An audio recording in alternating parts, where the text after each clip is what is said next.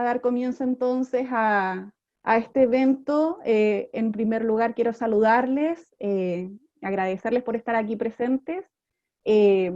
Vamos a darle la bienvenida a cada uno de ustedes a este primer diálogo que surge como una iniciativa a partir de la colaboración entre la Red Iberoamericana de Estudios del Desarrollo, el Instituto de Historia de las Ideas de la Facultad de Derecho de la Universidad de la República Uruguay, y con el apoyo del Observatorio del Sur, OBSUR.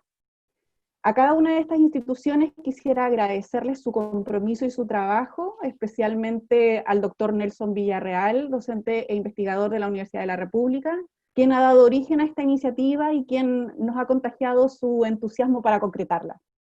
Hemos querido denominar a esta instancia perspectivas del impacto de la pandemia. Sin embargo, hemos querido detallar y explicitar algunas de las dimensiones a abordar, es decir, el impacto económico, social, cultural y ambiental de la pandemia. Visto así, o leído así a priori, resulta un título ambicioso. Sin embargo, bajo el enfoque de nuestra red, consideramos que las circunstancias que actualmente estamos enfrentando y el futuro que vamos a tener que afrontar requerirá de una mirada justamente ambiciosa.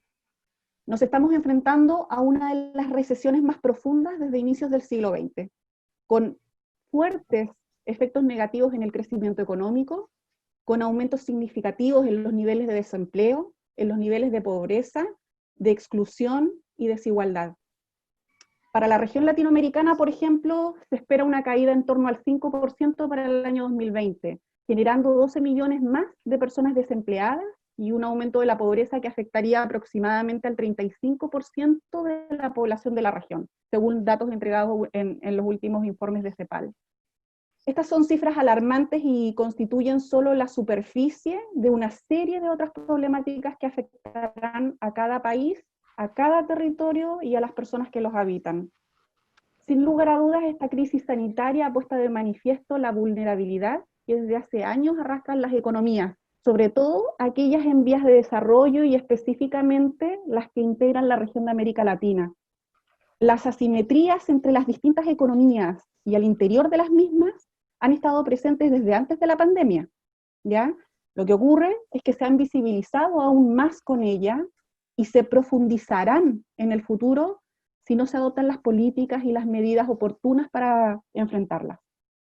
Es aquí donde la Red Iberoamericana de Estudios del Desarrollo, la cual yo tengo el honor de coordinar actualmente, desea aportar constituyéndose en un espacio promotor y facilitador de capacidades y recursos de las distintas instituciones de educación superior y de investigación, generando un diálogo que contribuya al conocimiento y a la difusión de diversas ideas y experiencias en torno a los potenciales impactos de la pandemia y en el proceso de desarrollo a nivel global y territorial. No podemos sino, como RIED, ver este proceso desde un enfoque multidisciplinar, incorporando diversas perspectivas y una reconsideración no únicamente economicista del concepto de bienestar. Es parte de nuestra visión y nuestra misión. ¿Ahora escuchas? Y es parte de lo que hemos venido trabajando en los aproximadamente 10 años de vida que tiene nuestra red. La compañía ofrecen el cielo, mar y tierra. No escucho nada. Creo que hay una conexión por ahí. Ahí. Sí, parece que se ha interrumpido la conexión. Así es. No, ahí muy bien. Entonces, consideramos relevante generar este diálogo, siempre lo hemos considerado importante y siempre hemos trabajado para ello como red, pero hoy en día adquiere una connotación especial bajo nuestra mirada, requiere mayor urgencia. Y tal como ha señalado la secretaria ejecutiva de CEPAL, Alicia Bárcena, en una serie de eventos que se han llevado a cabo en las últimas semanas, y aquí voy a citar sus palabras, dice: necesitamos un nuevo modelo de desarrollo centrado en la igualdad y la sostenibilidad, y un pacto para avanzar hacia un mundo menos fragmentado y más igualitario, más democrático, participativo y sostenible ambientalmente. Se requiere de una reactivación económica con mejores condiciones laborales, mayor innovación, mayor diversificación productiva y un Estado más fuerte. La RIED claramente hace eco de dichas palabras y considera la urgencia de sentar las bases y propiciar los cambios necesarios para continuar no en el mismo mundo que teníamos antes de la pandemia, sino para dar paso a un mundo mucho mejor.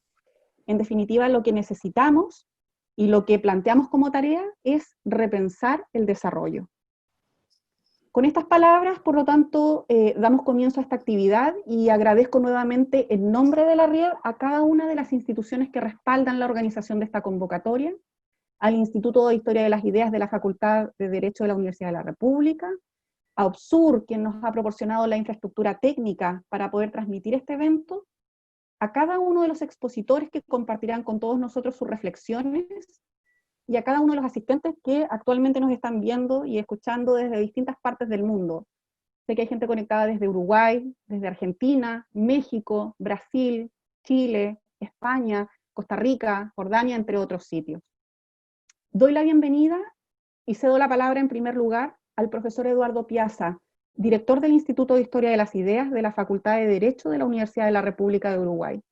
Y posteriormente cederé el espacio al profesor Nelson Villarreal, docente e investigador de la Facultad de Derecho e integrante del grupo interdisciplinar de estudios del desarrollo territorial en lo referente a filosofía, ética y desarrollo, y quien será de ahora en adelante el coordinador de este diálogo.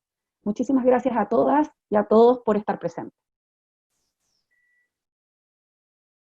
¿Como yo? Muchas gracias. Bien. Bien. Buenos días, o lo que corresponda. Aquí son las 3 de la tarde. ¿Qué tal están todos? Debo cumplir con muchos objetivos en los 3 minutos que tengo asignados. Veremos qué suerte me corresponde en esa aspiración. No voy a repetir los agradecimientos, pero bueno, en primer lugar a la economista Paulina Sangüesa, que nos presentó, a la Red Iberoamericana de Estudios de Desarrollo, a todos los participantes, ¿verdad? A todos los auspiciantes también, y al profesor Nelson Villarreal, activo e inquieto compañero, integrante del Instituto de Historia de las Ideas, que actualmente me toca dirigir. Discúlpenme que voy a tomar parte de ese tiempo en presentar un poco el instituto. La historia de las ideas es un campo muy vasto de investigación. En lo personal intento concentrarme en las ideas políticas y fundamentalmente en la tradición clásica de filósofos y pensadores de esta línea, pero sin duda en el instituto, ¿verdad?, conviven otros intereses e iniciativas de investigación y tal vez tantas como sus diversos integrantes. Incluso algunos de estos intereses pueden ser más o menos coyunturales, ¿no?, como tal vez sea la ocasión de esta pandemia presente que ocupa ahora el profesor Villarreal, y que por tanto interesa también al instituto como un todo, ¿verdad? Las pandemias, podemos suponer que conviven, pandemias, epidemias, ¿no?, más localizadas, si se quiere, podemos suponer que conviven con el ser humano al menos desde su sedentarización, alrededor de unos 10.000 años atrás. Pero no es del todo sencillo seguir sus huellas en la literatura escrita, algo que es ocupación, o que puede ser ocupación de un instituto como el nuestro. Un poco al azar ahora, recuerdo la peste que llevó a la derrota de Atenas en la guerra del Peloponeso, relatada en su momento por Tucídides, pero era localizada, ¿verdad? Cerca de 1700 o 1800 años después, la peste negra recorrió el mundo conocido en los siglos XIV y parte del XV, y nos dejó el Decamerón del Boccaccio como monumento literario.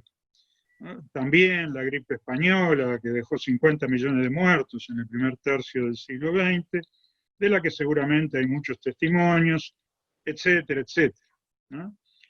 Pero esta que nos ocupa, ¿no?, aporta elementos nuevos, inéditos hasta este punto de la historia humana, dada, entre otras cosas, por la respuesta global que ha generado. Sin duda hay algo positivo en esta capacidad de respuesta, pero está también llena de riesgos y de signos muy inquietantes sobre el futuro social y político, o viceversa, de lo que se ha dado en llamar nueva normalidad del mundo, importando en este caso la intromisión de organizaciones sociales, en este caso y para mi punto de vista, ¿no? de organizaciones globales, no sociales, en nuestras vidas, ¿no? personales, presentando lo que puede ser un ejemplo claro del funcionamiento del o de los biopoderes y la biopolítica consecuente que, por ejemplo, Foucault había desnudado teóricamente, aunque no será el único, seguramente. ¿Ok? Bueno, por el momento, en este tiempo, nada, creo que cumplí con algunos de esos objetivos. Dejaría la palabra al profesor Villarreal y introducir el gran abanico de temas que esta pandemia nos presenta y que ya nuestra presentadora, valga la redundancia, hizo alusión. Ok, muchas gracias. Muchas gracias, Eduardo. Bueno, lo primero, pedirles que mantengan el micrófono apagado, porque así no rebota.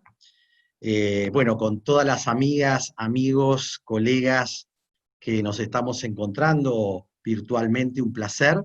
Digo para los que están escuchando que se va a ir poniendo los currículums de cada uno de los que están hablando en el chat y está en el Facebook. Aclarar, y agradezco a Paulina que me doctoró, pero aún no, soy licenciado y en proceso de maestría, para evitar dificultades con mi director aquí. Bien, creo que lo primero es aclarar que iban a estar invitados también un profesor de Canadá, un profesor de Palestina y una profesora o profesor de Beijing, que no se pudo efectivizar, dado de que hubiera sido muy largo el grupo que participaría.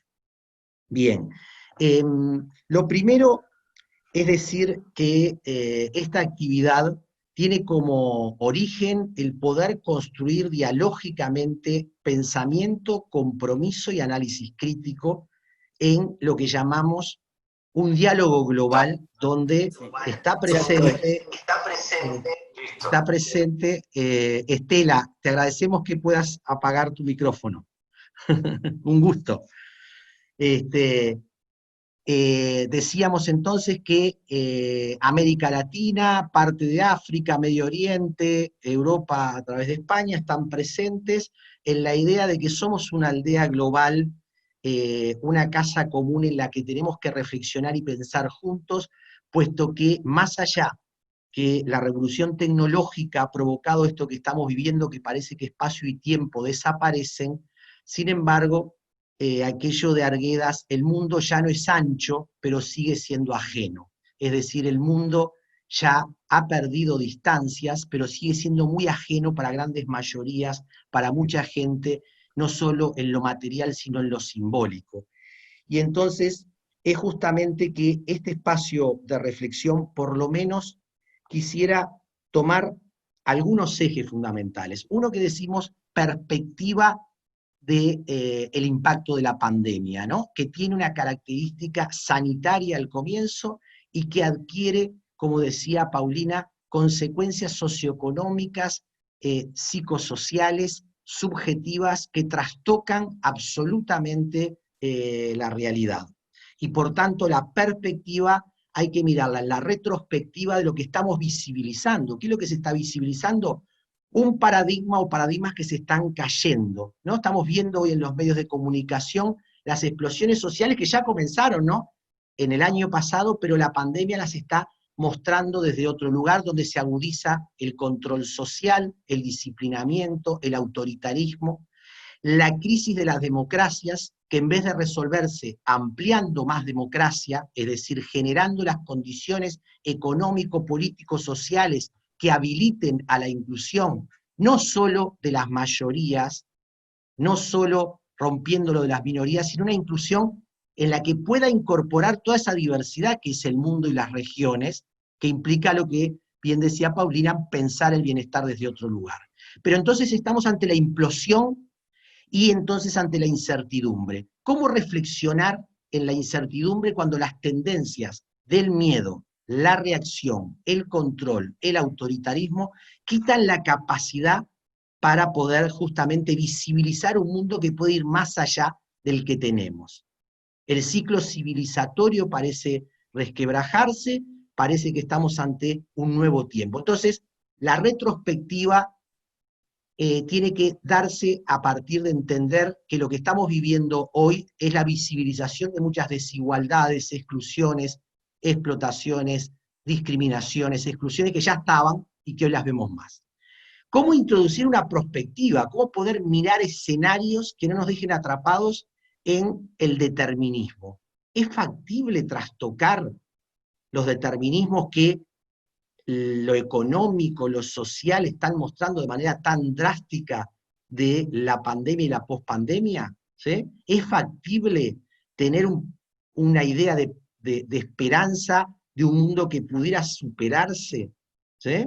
Entonces, en esto de la filosofía de la historia, que es desde donde yo también de la filosofía intervengo, de alguna manera la historia no es lineal. Esta idea tan ingenua que teníamos de una historia lineal, progresiva, no es tal.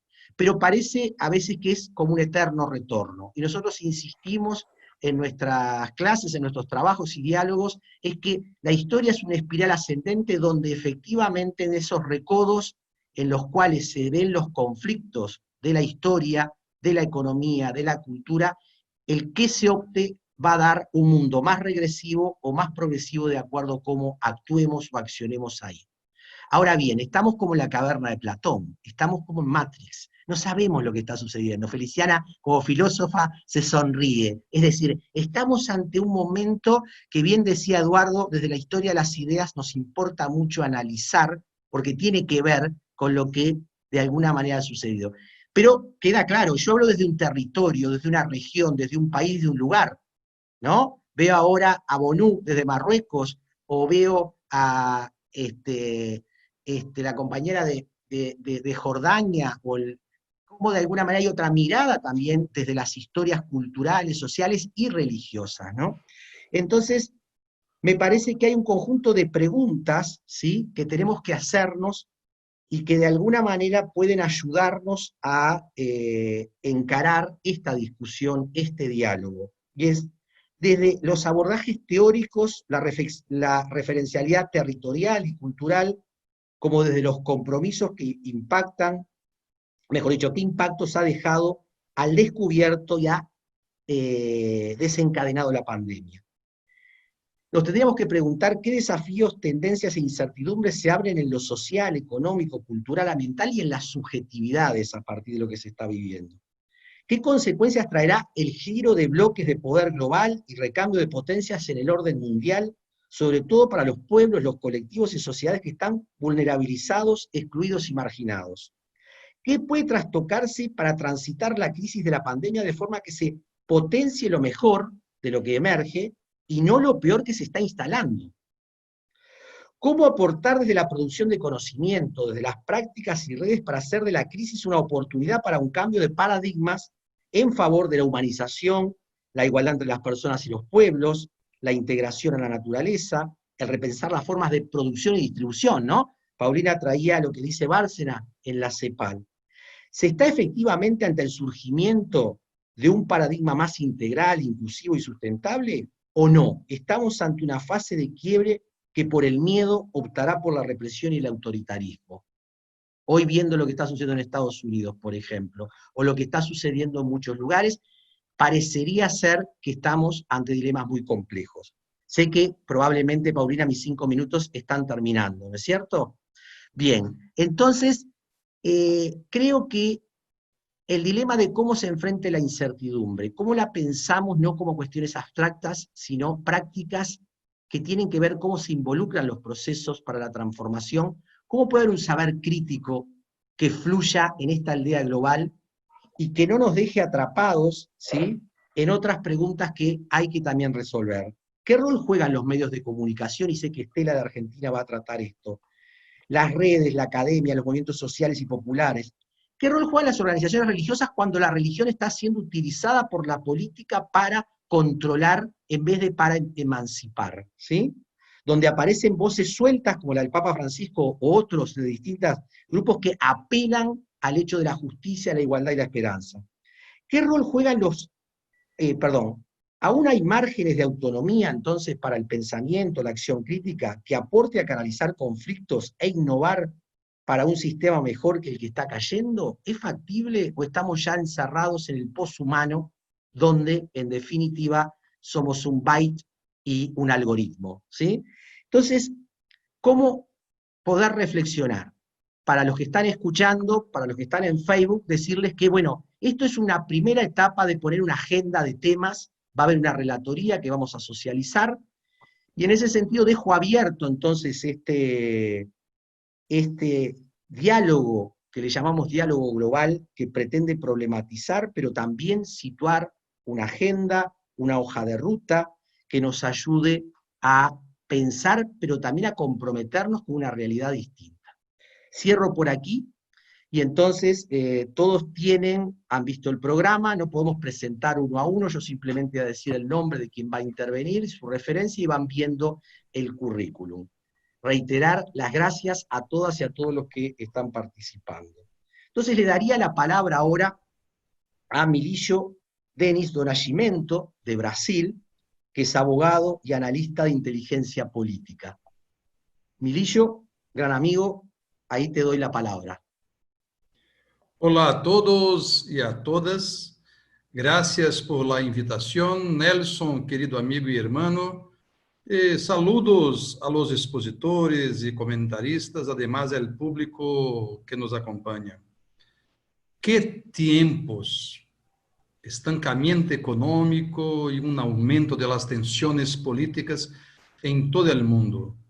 En los campos de la política internacional, de las relaciones sociales y humanas, de las ecologías, de las exclusiones y las desigualdades, así como en tantos otros, tenemos muchas tensiones. La pandemia es un momento de catarsis y un fenómeno catalizador en un mundo enfermo. Pero Brasil, como a menudo en la historia, está haciendo de esta crisis algo diferente. Brasil es hoy un país dominado por el miedo al coronavirus, a la ruina económica, a la ruptura democrática, a la destrucción ambiental, el miedo al otro transformado en enemigo. Tenemos mucho racismo, un ataque genocida a los pueblos originales, dificultades extremas de millones de brasileños que viven en la miseria de las favelas. Y también tenemos un pueblo de luchas y muchos valores como la fe y la resistencia. En la pandemia, estamos excitados por el odio político que amplía las turbulencias y genera inseguridad frente a incertidumbres y límites que la muerte de tantos traerá. Brasil ha registrado cerca de 30.000 muertos desde el comienzo y tiene más de 500.000 casos confirmados de la enfermedad, según la información oficial publicada el lunes, ayer por la noche. Hay al menos 5 veces más casos de enfermos. Estes son los principales impactos que ha desencadenado la pandemia. En vista de esto, la pregunta de este intercambio: ¿qué caminos tendremos después de nuestro apocalipsis a brasileira? Algunas posibilidades. Primero, estaremos más pobres. Sin embargo, poderemos tener más solidaridad social y una economía inclusiva. 2.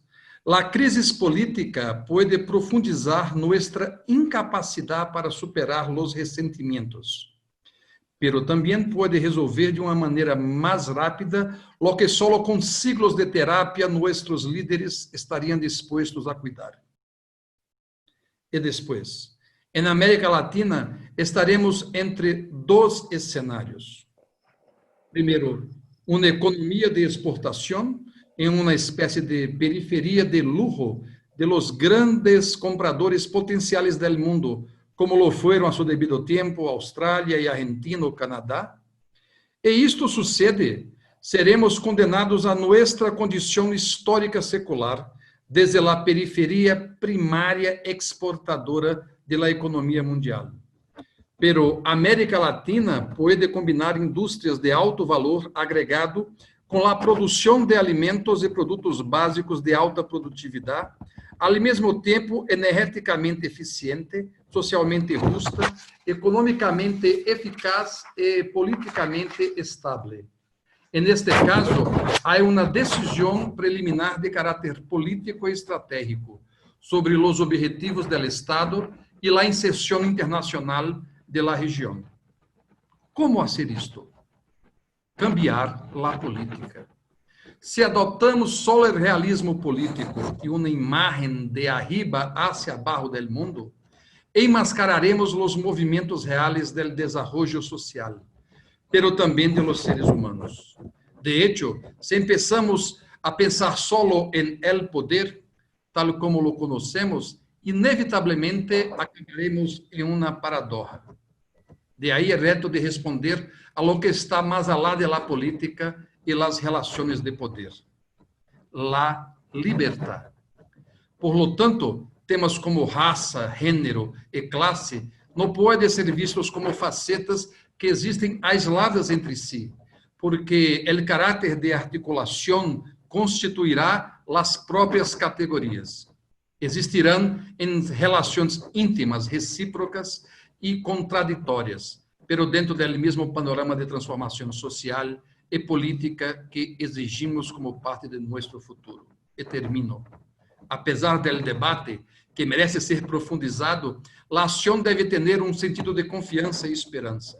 Temos de afrontar com diálogo e paciência o deserto de ideias, projetos e políticas que nos devoram.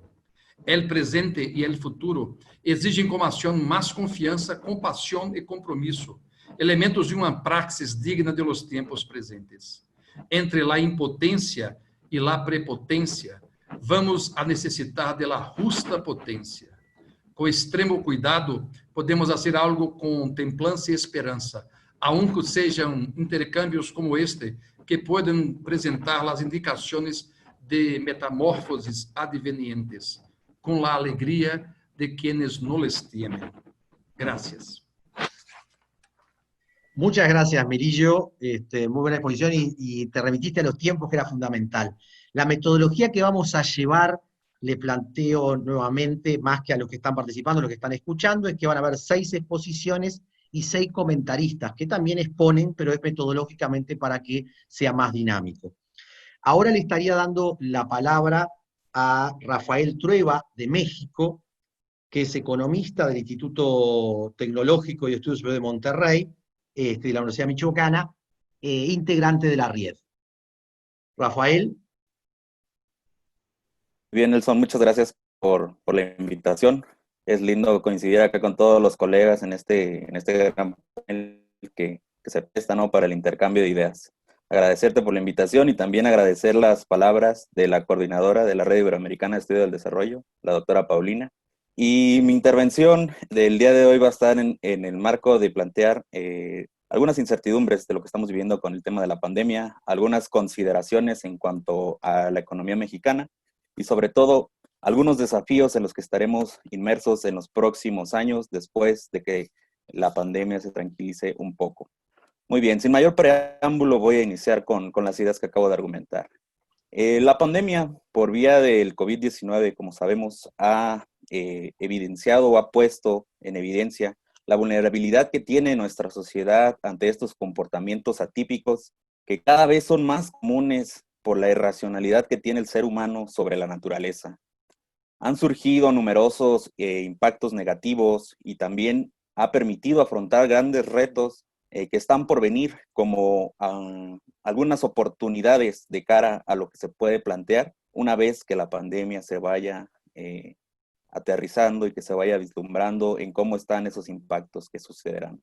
Los impactos negativos que nosotros podemos ir identificando se reflejan con la caída instantánea de la economía a nivel global, pasando por un periodo de recesión económica hasta consolidarse como una crisis, permitiendo identificar las grandes fallas que tiene el mercado y el papel fundamental que tiene el Estado para regular este tipo de circunstancias.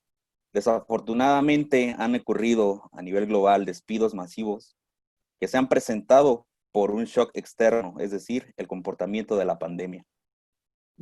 Como lo es en el caso mexicano, también se ha presentado este tipo de comportamientos. Y aunque aún es incierta la duración y la profundidad de los efectos que tendrá la pandemia, en México se indica que existe una pérdida de alrededor de 800,000 empleos hasta 1,400,000 empleos derivado de este acontecimiento. El escenario es complicado porque es probable que la economía se desplome en un rango que oscila del 5 al 8% para el caso mexicano. Esto sería el comportamiento más bajo que hemos registrado en las últimas décadas. Aunado a ello, también se podría presentar un efecto negativo en cuanto al déficit fiscal, atribuido principalmente a la caída de los precios del petróleo y a la caída del tipo de cambio. Por otro lado, la pandemia también ha permitido identificar en México que el sistema de salud pública cuenta con poca infraestructura y poco personal, en donde se ha tenido que habilitar instalaciones que no cuentan con el equipo necesario para que los médicos intervengan y tampoco con el personal necesario para atender a esas personas enfermas. Por ello, en México se impulsó una estrategia de distanciamiento para tratar de disminuir los contagios y no colapsar a este sector, el sector de la salud. En este orden de ideas, esta pandemia también permitió que en México se agudizaran las desigualdades sociales, en donde algunas personas pueden quedarse en casa y trabajar desde ahí para seguir recibiendo ese ingreso mensual, y otras deben seguir trabajando simplemente en la calle porque viven al día de sus actividades productivas, no están en un mercado formal, sus actividades se encuentran en la informalidad. También en materia educativa, el modelo educativo acá en México se replanteó y se consolidó como una visión virtual, marcando de nuevo esas desigualdades que tenemos en el país, porque algunos alumnos no pueden acceder a este esquema de trabajo, marginándolos de la educación. Hay algunas personas que están considerando en dejar los estudios hasta que regrese el modelo presencial. Aquí hay un gran camino para recorrer, porque desafortunadamente en la actualidad no sabemos cómo hacer frente a este reto y no hay una estrategia clara para resolver esta problemática. Algunas consideraciones para el tema de la economía mexicana, con toda la incertidumbre que se presenta bajo el contexto de la pandemia, podrían ir orientadas a la intervención del Estado en el sentido de disminuir esos impactos económicos negativos tan agudos que se vislumbran para el próximo mes o para los próximos meses. La estrategia a seguir podría ser que la demanda agregada, o es decir, los bienes y servicios de la demanda del país no caigan. Para ello, lo que tendríamos que estar sugiriendo es incrementar el gasto público, es decir, invertir, que el gobierno invierta más para ayudar a las unidades productivas que tenemos en nuestro país, que son las micro, las pequeñas y las medianas empresas, que son quienes dotan de mayor cantidad de empleo a las personas, y el empleo es una variable muy importante que en gran medida explica el bienestar de la población. Se podría entonces disminuir por un tiempo la carga fiscal y también generar por último un endeudamiento, como las reservas económicas acá en nuestro país son favorables, el gobierno debe ser muy cauteloso y tratar de no incrementar el endeudamiento con organismos internacionales. Por ello, las empresas, o las grandes empresas en particular, deben cooperar para que todos esos impuestos que no se han cubierto por su parte, los cubran, y con estos elementos se podrían amortiguar algunos efectos socioeconómicos que están por venir en el contexto de la pandemia. Antes de cerrar esta parte, me gustaría mencionar que a pesar del tsunami económico que se aproxima, nosotros como economistas, desde mi trinchera, tenemos que tener en la toma de decisiones o seguir pensando que a pesar de este contexto tan complicado, otro mundo es posible y debemos de hacer algo para intervenir. Con eso cierro mi participación. Muchas gracias. Muchísimas gracias, Rafa Trueba, desde México. Agradecer nuevamente a todos los que están presentes, tanto de los distintos países. Quiero destacar por la personalidad que está escuchándonos el contador Enrique Iglesias, expresidente de la CEPAL, del BID y de la Secretaría Iberoamericana, que le agradecemos mucho desde Madrid, y va a estar un rato escuchando y le interesa mucho. Bien, entonces, estoy dando paso ahora a la intervención de la doctora en filosofía, Feliciana Merino, ¿sí? Del Instituto Die Stein. Feliciana, te toca a ti. Bueno, muy buenas tardes a todos desde Granada. La verdad es que me siento muy afortunada de poder participar en este coloquio con personas de tanta talla intelectual y profesional. Desde mi punto de vista, creo que el mayor impacto que la pandemia nos ha provocado es recordarnos el carácter ineludible y siempre presente de la muerte. No solamente porque en España ha dejado unas cifras que son terroríficas, lo ha hecho también en Europa y también en el resto del mundo, sino porque la pandemia nos la ha puesto a la muerte delante de los ojos de una manera brutal. Hay un libro, en su libro Tenga usted éxito en su muerte, el escritor francés Fabrice Hayak presenta una idea muy interesante cuando dice que tener éxito en la muerte no puede significar otra cosa que tener éxito en la vida. El traductor de este texto al español, que es un buen amigo mío, lo explica recordando cuando éramos niños y nos ponían problemas de matemáticas en la escuela. A veces nos parecía que sobraba un dato y esto era en realidad porque no habíamos entendido el problema. Pues bien, tantas veces cuando pensamos en la vida nos olvidamos de este dato, la muerte, y esto es porque, sin lugar a dudas, no comprendemos en qué consiste el problema de la vida. Huir de la muerte es, por tanto, huir de la propia vida, y al revés, solo mirando, como decía el propio Sócrates, la muerte podemos aprender a vivir. Vivir eludiendo la muerte es, por tanto, vivir eludiendo la propia vida. Y nosotros, yo creo que llevábamos mucho tiempo alejándonos de la vida concreta, del presente. ¿Y hacia dónde? Pues hacia un futuro que siempre nos imaginamos como mejor. Hemos pasado de ese conocido verso de Jorge Manrique que dedicaba a su padre en sus famosas coplas, que decía que todo tiempo pasado fue mejor, a justo lo contrario, a pensar que cualquier tiempo futuro siempre va a ser mejor. Esta idea moderna, el deseo de estar siempre corriendo, de estar siempre cambiando, nos ha obligado a una carrera desenfrenada. Parece que lo importante es no parar, no detenerse, porque parar implica quedarse atrás, no progresar. Y también parece que da igual hacia dónde vayamos o por qué. Lo importante es no quedar atrás, seguir corriendo. De alguna manera nos hemos entregado al cambio por el cambio sin pararnos a pensar qué es lo que se debe cambiar y si lo que cambiamos va a ser mejor o peor, y así darnos cuenta de qué es lo que podemos perder. Nuestra sed por el cambio es un síntoma claro de otra enfermedad que no es el COVID-19 y es nuestra incapacidad de amar la realidad presente. Si lo pensamos bien, para amar el cambio por el cambio sin saber hacia dónde nos lleva, hay que esconder un secreto desprecio por la realidad presente que se repudia sin siquiera valorarla. Siempre nos parece que lo que tenemos delante es demasiado poco, que no va a responder al deseo infinito que todos llevamos en nuestro interior. Sin embargo, la pandemia nos ha hecho parar del todo, a todos los niveles, parar a todos.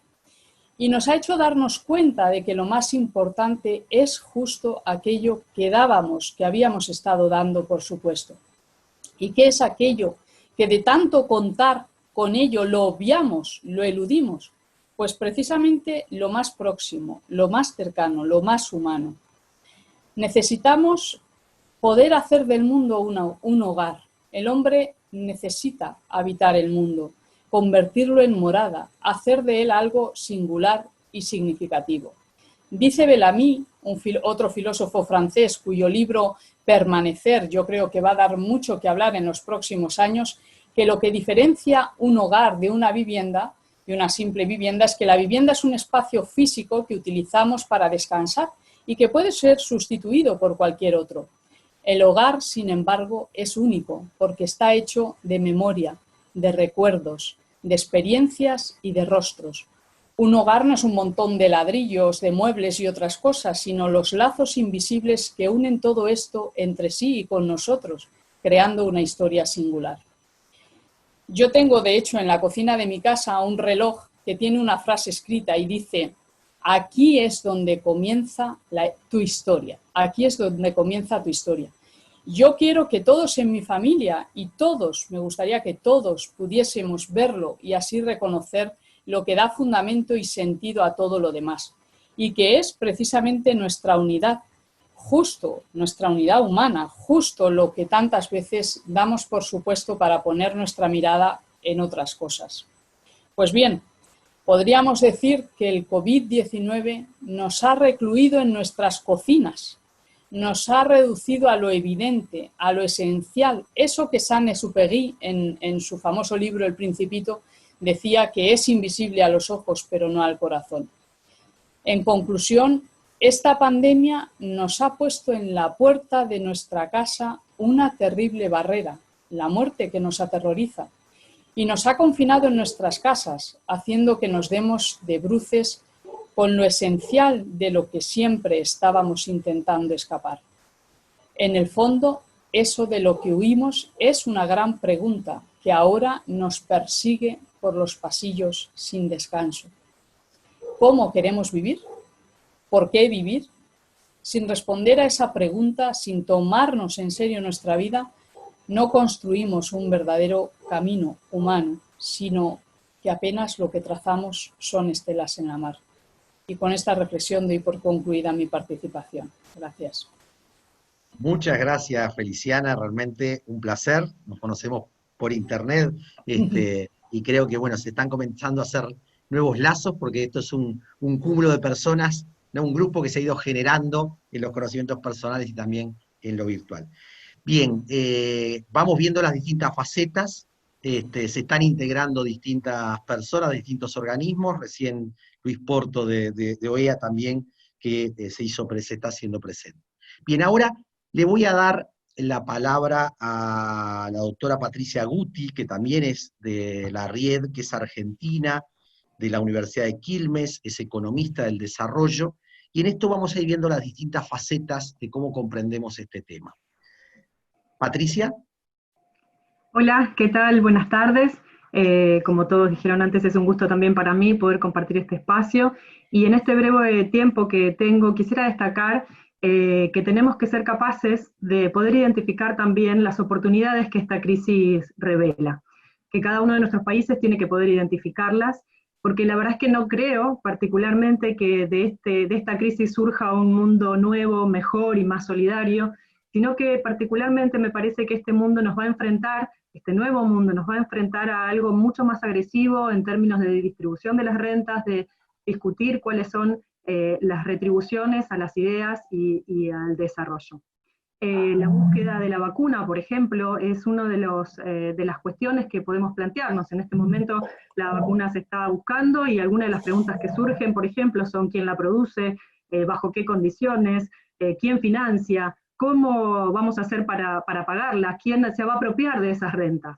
En Argentina, el análisis que nosotros hicimos en nuestro equipo de investigación nos muestra que Argentina tiene 3 ventajas. Una de ellas tiene que ver con una dotación abundante de recursos naturales, otra con un sistema científico-tecnológico amplio y una trama productiva interesante, que en los últimos años se vio mermada, al igual que en la mayor parte de los países de América Latina y del mundo, pero que todavía se sostiene.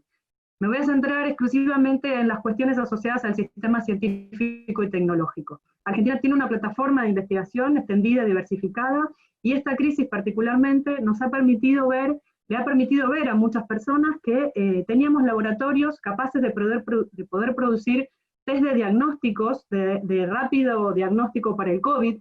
También nos permitió ver que teníamos algunas empresas que producían respiradores artificiales que se exportaban a Alemania, Y entonces, uno preguntaría, ¿pero qué cambia entonces con el COVID? Bueno, lo que cambia precisamente es la percepción pública, la mirada pública sobre la importancia de un Estado presente, de un Estado que invierte en ciencia y tecnología. En la inversión en ciencia y tecnología, la inversión privada en Argentina no supera el 0,15% del PIB. El rol de la política pública es precisamente romper esa inercia, romper esa barrera. Lo hemos conseguido durante un tiempo en el que ha crecido la inversión en I+D a partir de la inversión pública en un 50%. Ese periodo de tiempo se terminó y posteriormente a ese periodo de tiempo le siguió una caída estrepitosa en las inversiones públicas con un Estado que precisamente era un Estado que se alejaba, un Estado que estaba en retirada. Sin embargo, aún así, con ese Estado en retirada, hemos conseguido que las inversiones previas que se habían hecho en el sector de ciencia y tecnología se hagan notar. Y algunas de esas inversiones nos permitieron desarrollar algunas iniciativas que permiten paliar en parte algunas de las urgencias que nos presenta la pandemia. Una de esas cuestiones es el armado de una red de laboratorios públicos que rápidamente se estructuró para poder realizar los testeos PCR a lo largo de todo el país, acelerando los tiempos del diagnóstico de la enfermedad. Otra de las cuestiones fueron convocatorias muy rápidas que se hicieron para poder detectar proyectos en desarrollo que pudieran hacer aportes para resolver problemas asociados a la pandemia.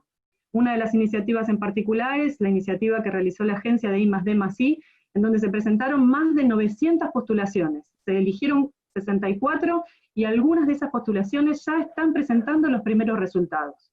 Por otro lado, hay un grupo de empresas de startups en donde las universidades públicas y el Consejo de Investigaciones Científicas tienen participación, que ya están desarrollando kits de diagnósticos rápidos y a muy bajo costo, que además ya están pensando en exportar.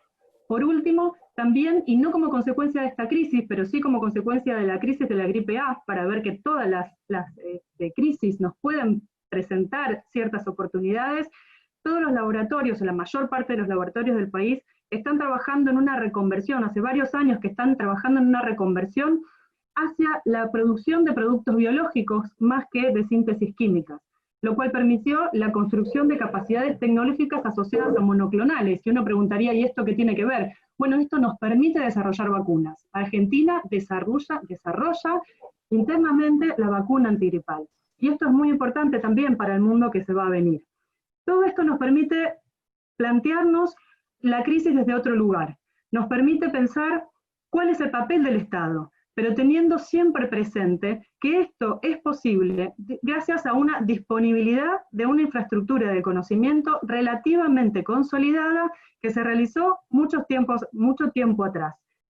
Esta crisis es entonces, como decía recién, una oportunidad para repensar el papel del Estado, porque nos permite pensar cuáles son los recursos que necesitamos destinar, porque estos recursos no están disponibles permanentemente en nuestros países, y particularmente no están disponibles en nuestros países porque están todo el tiempo en disputa con las urgencias que representan en la mayor parte de los países de América Latina, como son la pobreza y en el caso de Argentina en particular, la deuda. Entonces, el desafío que nos presenta el COVID es cómo hacemos para entender y para mostrar que para más desarrollo necesitamos más Estado. Y para tener más Estado necesitamos encontrar la manera de poder desarrollar o llevar estos recursos hacia las inversiones públicas en estos bienes públicos que normalmente son los que más sufren, como la salud, la educación y los sistemas científicos y tecnológicos. Bueno, esas eran las reflexiones que quería compartir con ustedes. Muchas gracias, Patricia. Traer el rol del Estado, las capacidades o no instaladas, que es fundamental para poder pensar cómo se enfrenta el tema, la innovación que hay que tener y las dificultades que se encuentran. Bien, entonces daríamos paso ahora a Bonú, que es de Marruecos, es catedrático hispanista y que nos conocimos en febrero en un diálogo sobre temas de democracia y desarrollo.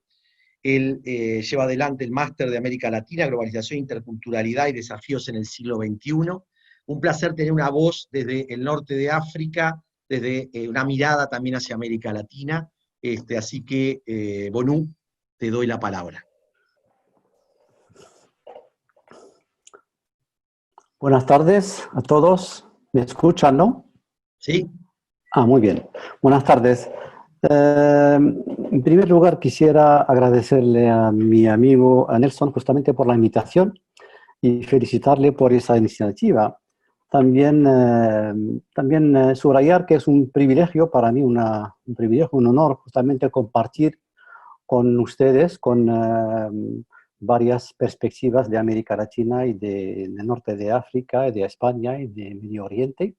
Voy a hablar rápidamente del impacto de la pandemia o de esa crisis justamente sobre Marruecos. El caso del norte de África, de Marruecos en particular, hay que reconocer que Marruecos ha reaccionado con agilidad y consistencia a esa crisis mediante la adopción de una estrategia adaptativa que abarca los planes sociales, económicos y de salud. Ha tomado rápidamente conciencia de la gravedad de esa crisis sanitaria que ha sacudido el mundo desde 2019 y ha puesto en marcha como parte de un enfoque proactivo una estrategia a corto y mediano plazo.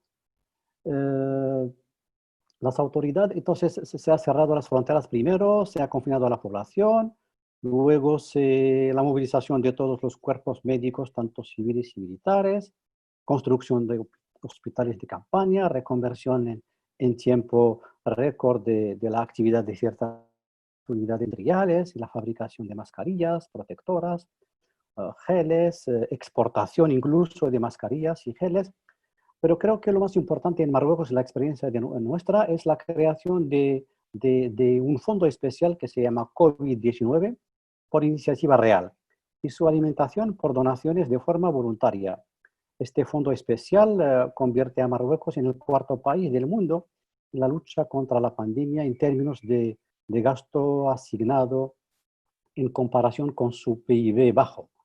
Marruecos ha podido entonces controlar la situación, contando con una gestión razonable e inteligente de la crisis y para salir de ella con menores pérdidas.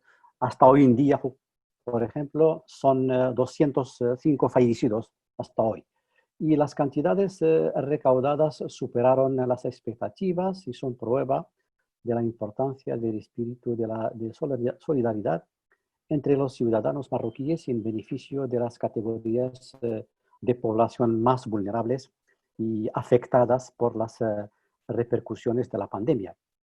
Después del pánico, del temor de los primeros días, cuando ciertos sectores de la población hacían colas, esa imagen por los canales delante de los supermercados para hacer la compra, aprovisionarse en previsión de una probable carencia de alimentos, se han calmado, los ánimos se han calmado y gracias a un elevado y diverso nivel de producción, a la eficacia de los canales de distribución, así hemos pasado como sociedad del temor y de la desconfianza hacia lo político, hacia las noticias, hacia las cifras anunciadas por los canales, hemos pasado a la comprensión y a la cooperación.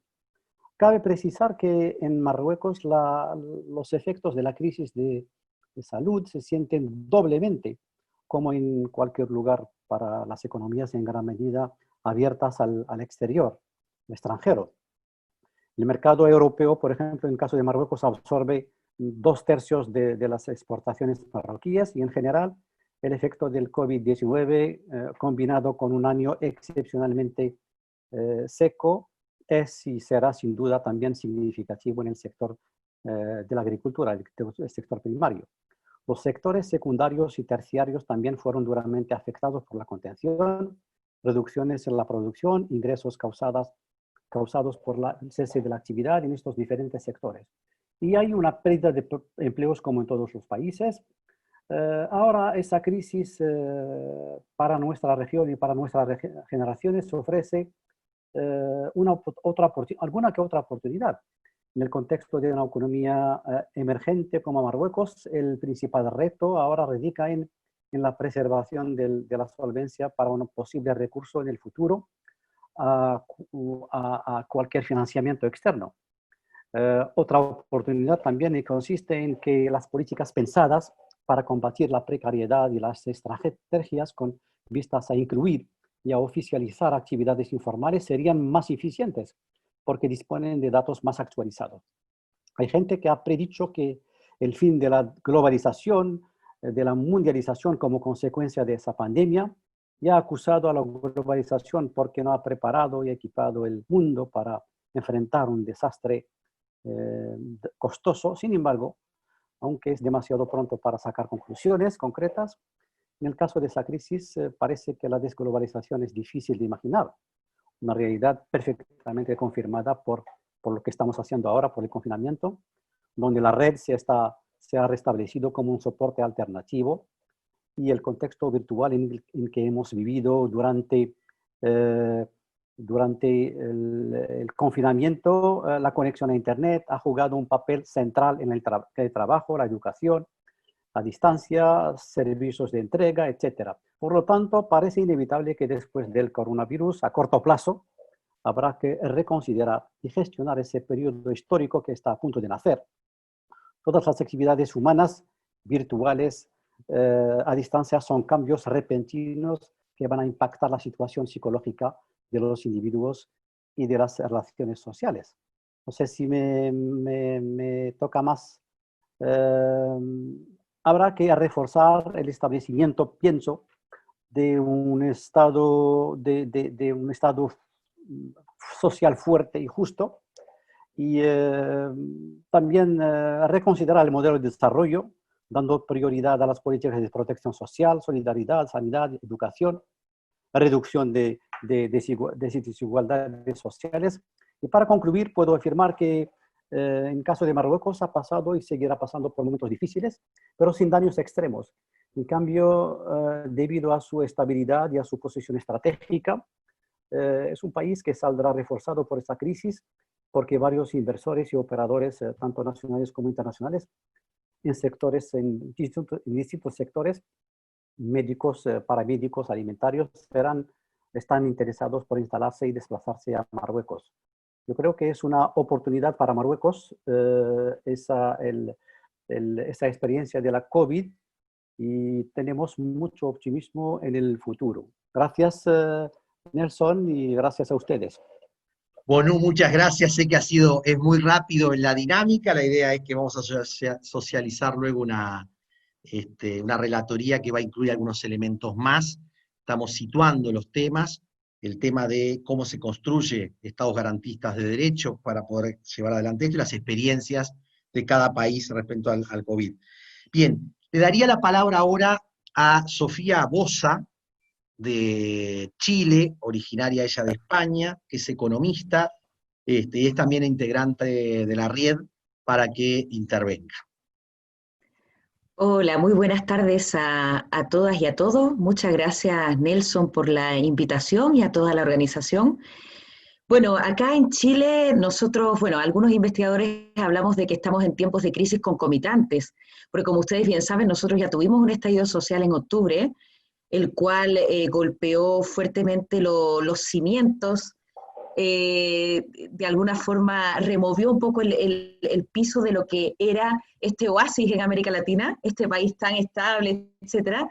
De alguna forma mostró que eso no era tan así, y tuvo impactos fuertes en nuestra economía, que ya venía igual, era una economía que ya venía un poco desmejorada desde un tiempo atrás. Y bueno, y ahora cuando nos preparábamos para un marzo con más protestas y con más conflicto social, abril con el plebiscito del sí, el no a la Constitución, nos entra el tema del COVID, que concomita con la crisis social que no ha desaparecido, está ahí por debajo de este tema sanitario que nos tiene en cuarentena. Y además tenemos crisis ambientales. Hoy día Chile tiene la mayor megasequía que ha tenido en toda la historia de los registros que tenemos sobre pluviometría en nuestro país. Entonces tenemos crisis sanitarias, sociales y ambientales que interactúan. Nosotros hemos trabajado este tema desde la alimentación. Yo me quedo con las palabras de Feliciana, que a veces dejamos pasar por alto cosas que son esenciales, y efectivamente el tema de alimentación a veces lo pasamos por alto los economistas, siendo que es lo básico que necesita el ser humano para poder vivir. Entonces ahí vemos que estas crisis concomitantes tienen problemas tanto para la oferta como para la demanda.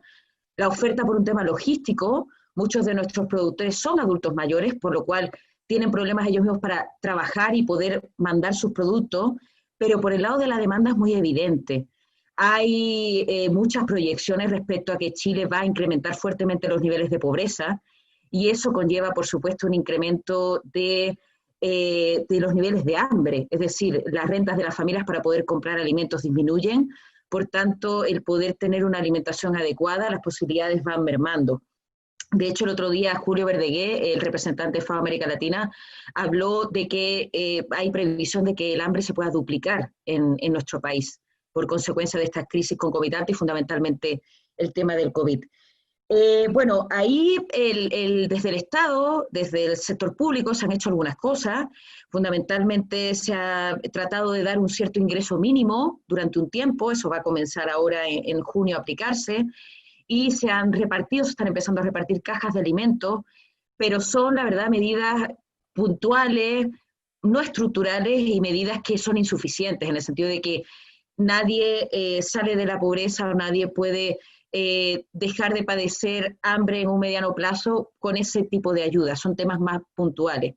Por tanto, nosotros ahí proponemos que tiene que haber políticas mucho más profundas que vayan al apoyo de la pequeña agricultura, que es nuestro principal proveedor de alimentos frescos y asequibles, que vayan hacia no interrumpir el suministro de fruta y verdura en los mercados tradicionales, es decir, en las ferias libres y mercados populares, cosa que ha estado sucediendo un poco, y también que las soluciones comunitarias se unan a las políticas públicas. Hemos tenido mucha reacción comunitaria por medio de ollas comunes, por medio de iniciativas de distintas fundaciones, asociaciones de vecinos, etcétera, una solidaridad que se está gestando en el tema alimentario, pero que el Estado la ha tenido un poco separada de sí mismo, quizá por temas ideológicos, etcétera, pero nosotros proponemos que tiene que haber una concatenación de lo comunitario con lo público.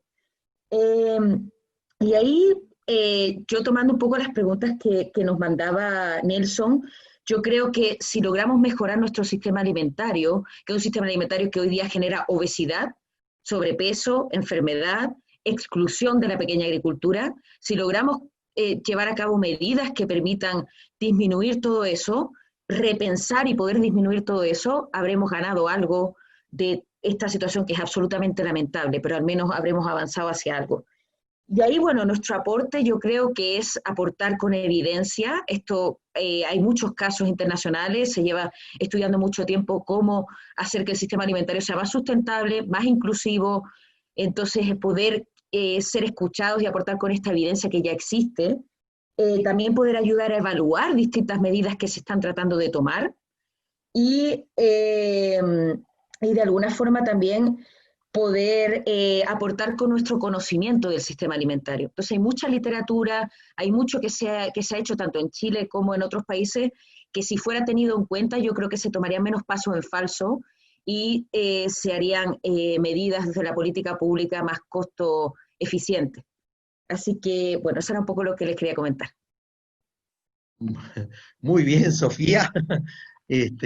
Traes todo el tema de si las medidas que se están tomando son suficientes o no. Se está viendo una gran insuficiencia en América Latina, y la discusión sobre las rentas básicas de emergencia o rentas básicas universales, que también están en el debate de cómo sostener para la igualdad, la equidad y la inclusión, digamos, ¿no?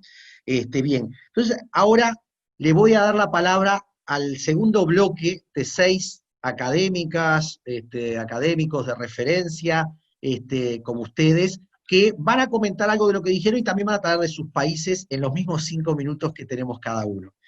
Ahora le voy a dar la palabra a René Hattar, que es de Jordania, que nos conocimos hace 2 años aquí en un seminario sobre el tema de migración, y trabaja temas muy interesantes a nivel interreligioso y otros aspectos que me parece que va a dar otra mirada necesaria en este proceso de análisis. Entonces, René. Buenas tardes o buenas noches a todos y gracias por la oportunidad. Es una pena tener 5 minutos para comentar a 6 personas con unas presentaciones tan ricas, pero lo que puedo decir es que en Jordania, como parte de Medio Oriente, me identifico con mucho de lo que se ha dicho, sobre todo desde el tema económico, de desempleo, de todas estas dificultades, y solo quería, para no repetir, decir que la situación en Oriente Medio ha sido aún más difícil porque ya tenemos una guerra, o más que una. La situación en Irak es catastrófica, en Siria lo mismo, el conflicto Palestina-Israel, entonces no tenemos mucha suerte en la zona en cuanto a una crisis que ya había empezado, o en un país como Yemen, donde nadie está abordando por qué está en guerra, todo el mundo está atacando y no tienen ni agua potable. O sea, el nivel de cólera es para dar pena todo lo que está pasando con los niños en el Yemen. Imaginaos cómo hablar de agua para lavarnos las manos por el COVID mientras no tienen ni para beber los niños en Yemen. Entonces, los desafíos, digamos, en una zona devastada ya con una guerra, economías muy difíciles, crisis de agua, crisis sanitaria, es muy difícil hablar de todo eso. Pero lo que quería abordar hoy es una parte muy importante que nos afectó también durante esta crisis, que es el lado espiritual y de salud mental. Porque si no tenemos una paz interna, es muy difícil mantener estos niveles de equilibrio y de bienestar durante toda esta crisis. Entonces, la experiencia en Jordania y en la zona ha sido de buscar esta paz durante un tiempo que hemos tenido cristianos y musulmanes en la zona, el tiempo de ayuno durante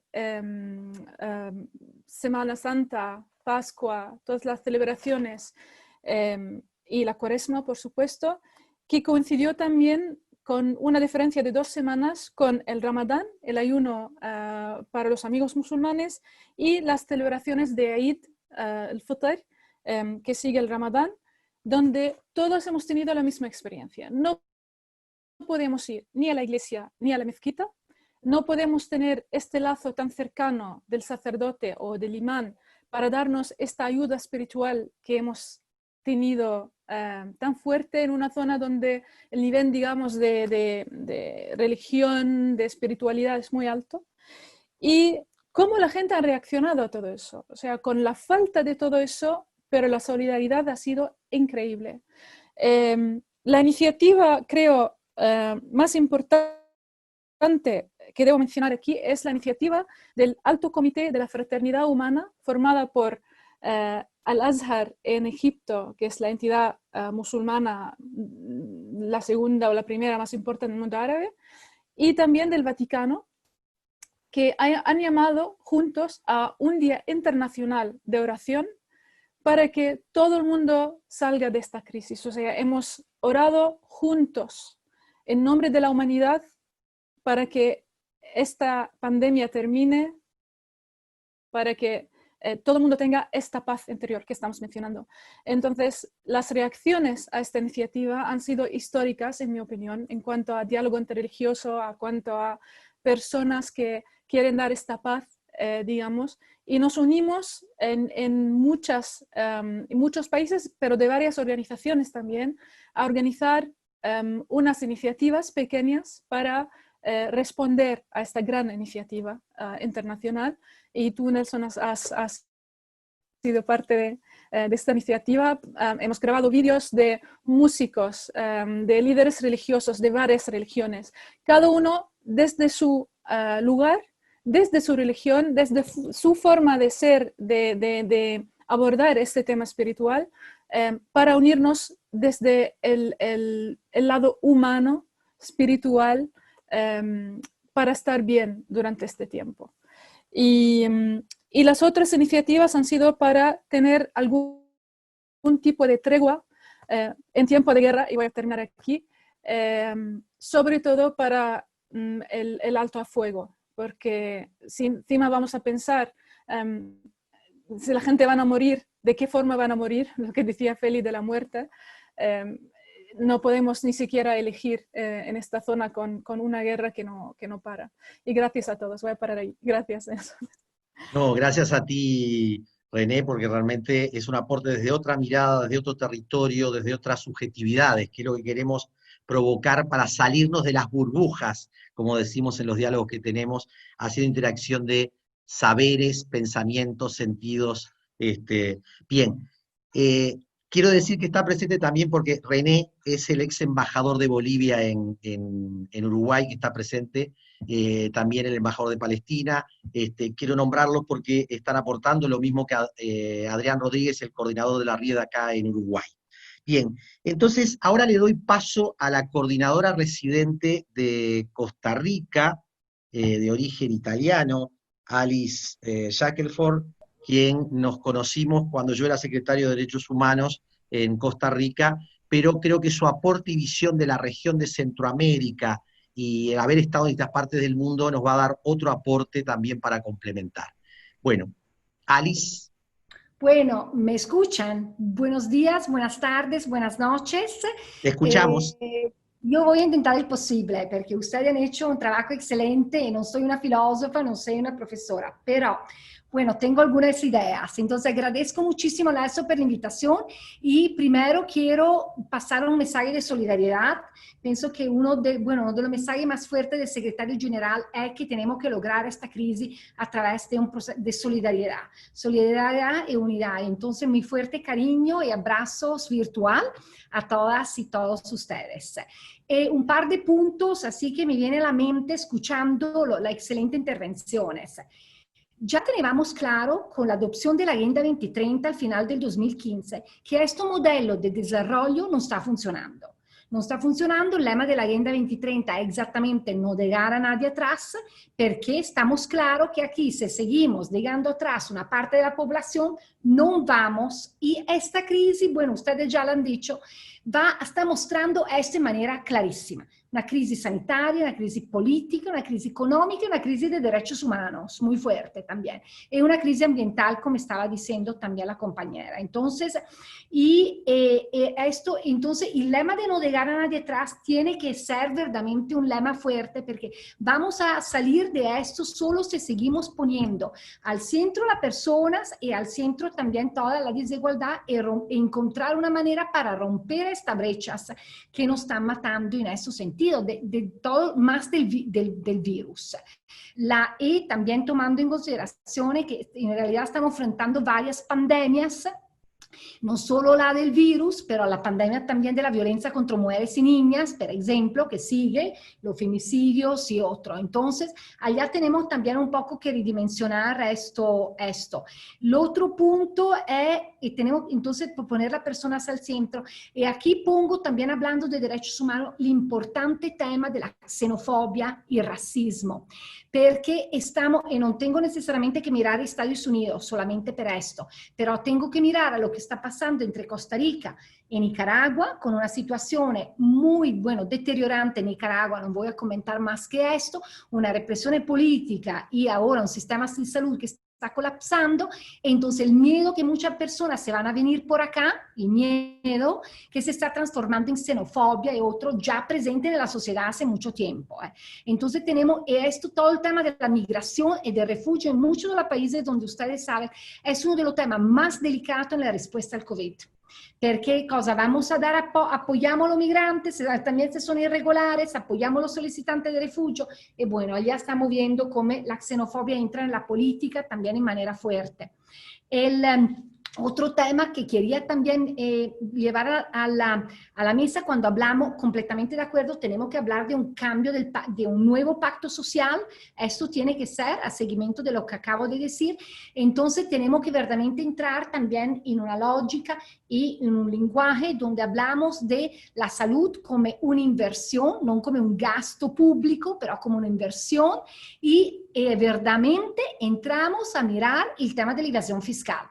Porque aquí estamos hablando de países que no tienen, que dicen que no tienen los recursos, no tienen la capacidad, pero aquí en Costa Rica podremos resolucionar y afectar el PIB de un 6 al 8% solo luchando la evasión fiscal. Y a la evasión fiscal está con naturalmente la empresa privada que ahora hace la campaña del Banco de Alimentos y otro, pero todavía siguen no non haciendo su trabajo y su responsabilidad de pagar los impuestos. Entonces la recaudación de fondos y la lucha a la evasión fiscal a mí me parece crítica en este pacto, en este redimensionamiento del pacto social. Y tenemos que naturalmente pensar a un modelo de solidaridad donde se traduce en un ingreso básico universal y también un sistema de protección universal. Y esto no por un mes, no por 2 meses, pero por 6 meses para que apoyar la población, la gente más excluida exactamente a manejar este contexto. Y termino con mi último par de segundos. Diálogo, diálogo y diálogo. No es fácil, pero estamos viendo demasiado presidente, demasiado gobierno que toman decisiones sobre la base de muy fuerte enfoque, muy fuerte presión, principalmente del sector privado, pero donde está la sociedad civil, donde están también las voces de otros actores. Entonces tenemos que fortalecer mecanismos de diálogo muy innovador, muy diferente. No podemos sentarnos alrededor de una mesa, pero verdaderamente trabajando conjuntamente con esto. Muchas gracias. Gracias, Alice. Pensar en la nueva gobernanza, el rol de Naciones Unidas, el pacto social, cómo superar estos paradigmas, cómo generar nuevos paradigmas y compromisos, creo que nos traes muchos elementos que son claves. Le doy la palabra, porque estamos muy acotados en los tiempos, a la doctora Mars Aguirre, que es de México, es doctora en política pública, Instituto de Desarrollo Humano y de Lucha contra la Pobreza, con quien también tenemos un intercambio de construcción de pensamiento, saber y compromiso. Mars, te doy la palabra. Muchas gracias, Nelson. Muchos saludos a todos. Felicitarlos por este esfuerzo que están haciendo de unirnos tantos países en opiniones, en voces. Nelson, de verdad, un abrazo a todos y por esta unión y tu siempre esfuerzo de estar uniendo redes, y también a la doctora Carla, que por ahí invité, rectora de una universidad muy importante acá en México, a Rafa, que está por ahí, a todos, Carlos, Camila, a todos que nos están viendo.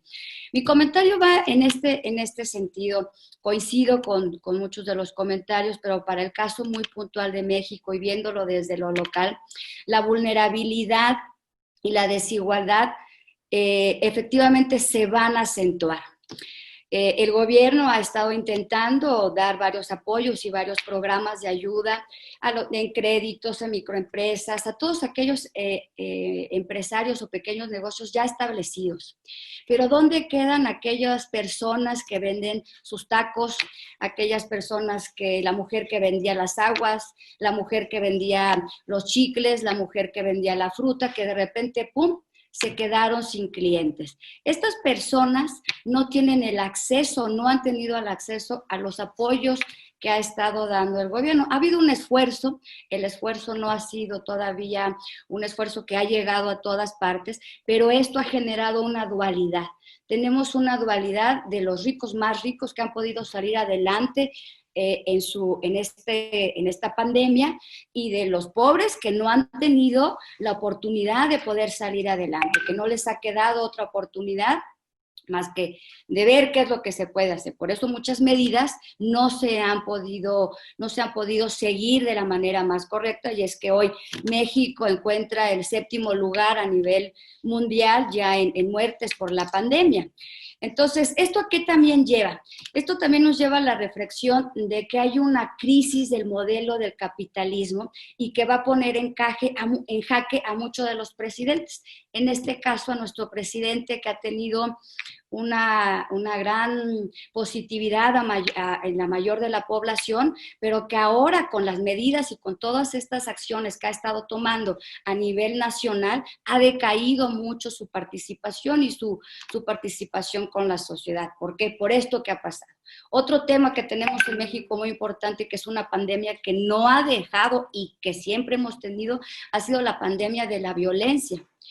Junto con el coronavirus ha crecido también el número de muertes por la violencia en México. Este es otro tema que también ha decrecido y que tiene que ver con una falta de estrategias, que bueno, ya se ha mencionado, una falta de estrategias a nivel de salud, pero también una falta de estrategias a nivel de seguridad. El tema de la pandemia es que esta desigualdad y que esta vulnerabilidad en México va a provocar que la delincuencia organizada siga siendo otra opción para todos aquellos que se van a quedar desempleados. El desempleo, ya lo dijo el doctor Rafa Trueba, va a crecer o va a tener una oportunidad, va a estar en auge. Entonces, es un tema que no podemos perder de vista. Otro tema que quiero poner en la mesa con todos ustedes es la importante participación ciudadana que ha tenido las organizaciones civiles en México. Las organizaciones civiles se han organizado mucho para llevar despensas, para llevar cubrebocas, para llevar caretas, para llevar alimentos a todos aquellos sectores más vulnerables. Ha sido una participación muy importante. Ahí entra el hecho de la solidaridad y tanto lo que decía Feliciano, de lo que muchos han comentado, de que debemos seguir fortaleciendo el tema de la participación ciudadana. La participación ciudadana en el tema del COVID en México ha sido fundamental, porque sin los ciudadanos y sin la sociedad no se hubiera podido haber llevado muchas despensas que han organizado empresarios, comercios, etcétera, para llevarlos a los más vulnerables. Un tema que quiero resaltar, ya me hizo la seña Nelson, es que también está pendiente el tema de la investigación para todos los que estamos aquí. En el tema del medio ambiente en México, no sabemos qué ha pasado y creo que a nivel mundial solamente vemos que por ahí ya salieron más cosas y todo. Pero es un tema pendiente de investigación, realmente cuáles han sido estos impactos en el medio ambiente cuando la gente por obligación nos tuvimos que retraer y nos tuvimos que guardar y dejamos de consumir y dejamos de afectar al planeta. Es un tema que va a quedar a deuda, es un tema que va a quedar a investigar y es un tema que a México le concierne y que ahora próximamente el 5 de junio pues estaremos festejando el Día Internacional del Medio Ambiente. Pues felicidades a todos y esos son mis comentarios. Hay mucho que decir, poco el tiempo, Nelson. Habrá que ver. Queda la ansiedad y las ganas de seguir hablando, y eso es lo interesante porque vamos a generar multiplicidad de espacios. Traes el problema de la informalidad, traes el tema de la dificultad de los instrumentos de protección social, traes la cuestión de las pandemias, de las violencias, ¿no?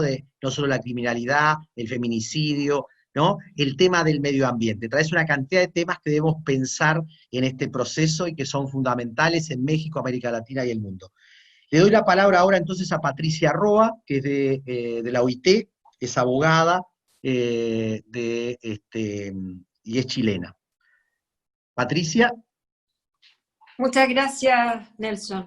Agradezco además la invitación a comentar. No es fácil a estos 6 comentaristas que nos han planteado de tantas perspectivas distintas y de lugares y países, pero quisiera hacer un comentario desde la perspectiva laboral, precisamente con, si uno pudiera hacer esas imágenes de las palabras y la frecuencia, muchas de las palabras que usaron nuestros comentaristas, diálogo, futuro, cambio, vida, muerte, innovación, podremos vivir juntos, nos podremos alimentar, son algunas de las preguntas que la OIT se ha de alguna manera planteado en este tiempo.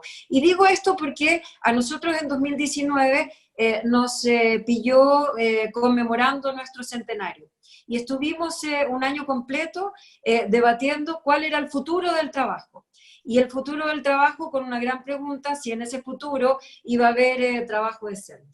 Y esa conclusión y esas preguntas están siendo gravemente interrogadas a propósito de algo que en 2019, ni en 100 años de historia, la OIT imaginó como el impacto social, laboral de esta pandemia. Entonces, ahí creo que hay una reflexión en tema laboral y quiero plantear algunos puntos que son cruciales y que de alguna manera tienen esta traducción espejo de lo que nuestros distintos ponentes han señalado. Primero, desde la Organización Mundial de la Salud nos plantearon una nueva normalidad. Y nuestro director general, en el 1 de mayo, primer 1 de mayo virtual, con algunas pocas marchas en el mundo, habla de una nueva, mejor normalidad. Y por lo tanto esa pregunta, si en el futuro iba a haber trabajo decente, es la pregunta que nos hacemos hoy, si en esta nueva normalidad ella será mejor y si habrá trabajo decente para todas y para todos.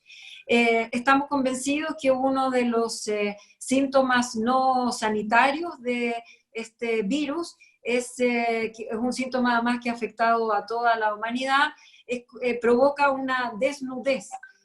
Todos nos han señalado acá de cómo devela, revela, pone al desnudo las distintas deficiencias estructurales que conviven en nuestra sociedad, que a lo mejor estaban visibilizadas algunas en procesos de estallidos sociales o de protesta, pero que de alguna forma hoy día se vuelven universales y no hay nadie que se escape de esta desnudez.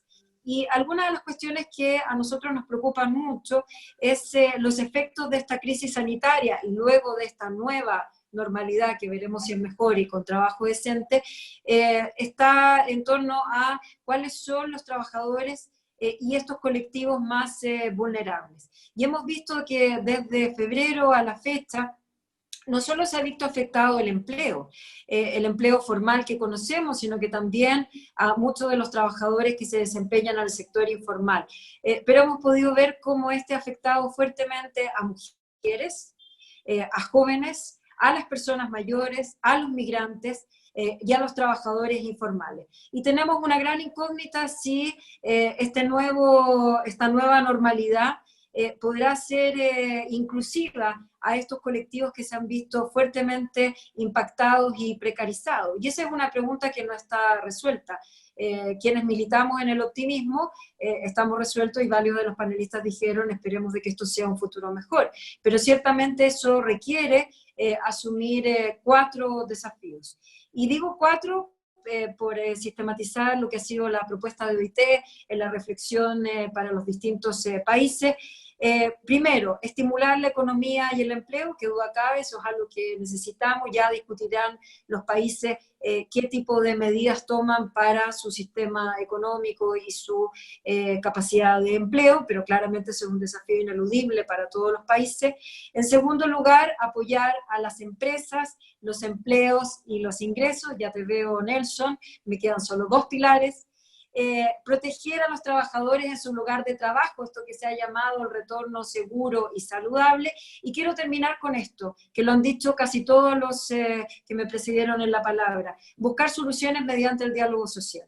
Lo que no puede ocurrir es que esta nueva manera que acordemos de vivir ignore, excluya la voz de los trabajadores y la voz de los empleadores. Y esto es muy importante para nosotros, porque no es solo un asunto laboral, es un tema de fortalecimiento de la democracia, y no olvidemos que el trabajo decente es fuente de dignidad personal, bienestar para las familias, paz para la comunidad, pero es un pilar para la democracia. Muchas gracias. Muy bien, Patricia, nos ajustamos al tiempo y traer toda esta dimensión, ¿no? Los cambios tecnológicos están disociando los términos de trabajo, empleo, cómo se logra el trabajo decente, qué gobernanza como diálogo social debe existir para que se profundicen las democracias y no la desigualdad, la exclusión y la explotación, que es un tema fundamental. Quiero aludir a Pablo Llanes de CEPAL, que pasó y se tuvo que ir también, con el cual hemos estado discutiendo en estos días con CEPAL y OIT algunos de estos temas. Le doy la palabra a Heriberto Winter, que es uruguayo y vive hace creo que 35, 40 años en Israel, 50 años, se dedica a la historia, a la comunicación, analista social, y es de Nacional de Fútbol igual que yo.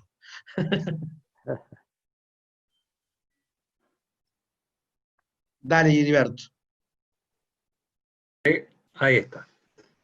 ¿Se me oye? Sí, sí, te escuchamos. Ok. Bueno, primero muchas gracias, Nelson. Claro, me dejas para el final porque hay tantas cosas para decir que decir. ¿Qué va a poder decir? Y muchas gracias a los compañeros, porque realmente es muy interesante, de mucho aporte. Y otra vez, parece que me invitaste porque vos más o menos sabés lo que voy a decir, y yo soy de los, no de los optimistas, yo soy de los otros, quizá porque peino muchas canas. Y quiero aclarar algo. Yo justamente quiero empezar con lo que me pareció un toque diferente, fue el tema de el enfrentamiento a la muerte y el poder enfrentarnos a las cosas importantes. Y yo tengo que decir, y no con ánimo de crítica, sino con ánimo de pensamiento, yo me pregunto, la gente que está quedando marginada y cada vez más, si ese tipo de preguntas no son un lujo para esa gente. Una de las cosas que se está produciendo en este momento es una radicalización de la marginalización, según lo que yo creo que se está dando, y entonces ya la gente no va a tener más posibilidad de pensar filosóficamente. Y en ese sentido, yo pienso que lo más positivo de lo que pasó en este momento con este COVID es que acelera procesos con los cuales nos vamos a enfrentar y con los que posiblemente no nos hubiéramos enfrentado y se hubieran estirado más.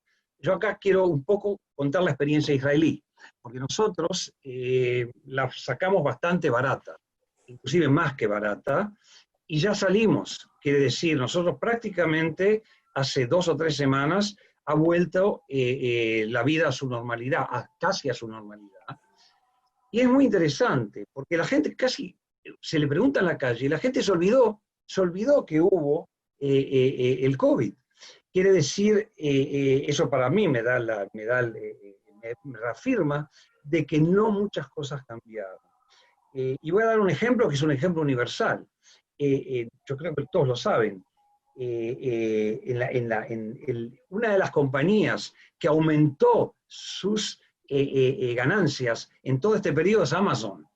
Quiere decir que el enfrentamiento desde lo que yo creo que se está produciendo se va a dar como más extremo.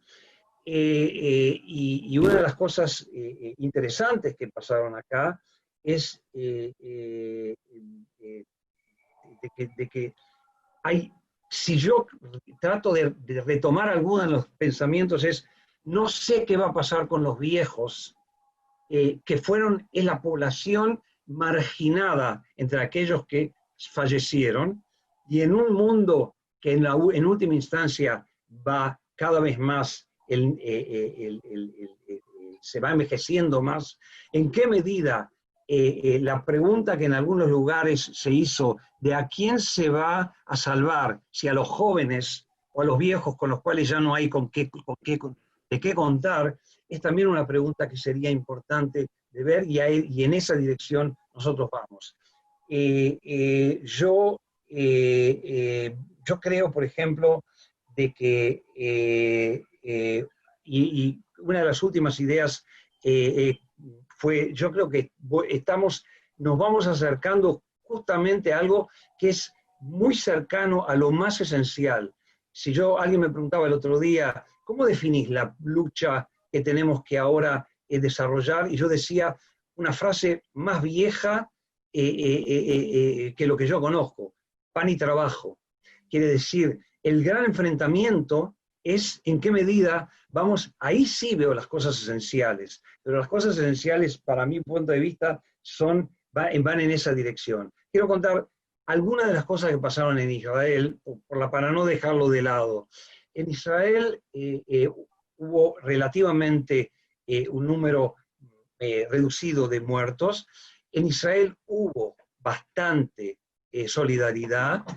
Israel es un país con un porcentaje bastante bajo de población mayor, y eso es uno de los motivos que explica el número relativamente bajo de gente que murió. Una de las cosas más destacables y más hermosas de lo que pasó es que Israel tiene un sistema médico bueno, incluso muy bueno, pese a que, como en muchos otros países, las inversiones públicas se van reduciendo, el Estado está en retirada, pero sin embargo el sistema médico, en un país en el cual las mutualistas son universales para todo el público, una de las cosas más hermosas que pasaron es que una parte importante del equipo médico son palestinos en Israel. Y yo creo de que por lo menos en un lugar muy conflictivo, como es Israel, más de un judío israelí, ahí en esa situación, donde se está en esa situación límite, pudo aprender de quién es su hermano que vive acá al lado, que vive al lado de él. Por otro lado, yo creo de que vamos a entrar en una crisis de alteridad. Quiere decir, no sé en qué medida, hablando de xenofobia, la xenofobia va a disminuir. Y justamente lo voy a dar con un ejemplo en Israel, que es de judíos con judíos. La población que en forma más absoluta... Heriberto, te tengo que pedir... Termino, el último minuto, un segundo. Segundo, sí. El 70% de la población que contrajo el virus fueron ultraortodoxos religiosos. Y la población de Israel tomó eso también como un enfrentamiento a la alteridad. Y a mí me dejó pensando. Muchas gracias. Gracias, Heriberto. Traes otra cuestión, el lugar social, lo fundamental, el pan y el trabajo y la experiencia particular de Israel, Palestina, como decía el embajador Palestina también estaba aquí, es la posibilidad de que construyamos diálogos de qué es lo esencial y lo fundamental. Vamos a cerrar, Estela Caloni, le doy la palabra, 5 minutos también, tenemos que dejar unos minutos de cierre, hay muchas preguntas, no las vamos a poder relevar todas, pero creo que se las vamos a transferir al equipo y vamos a seguir trabajando. Estela, de Argentina, periodista, militante de derechos humanos. Apenas 85 años.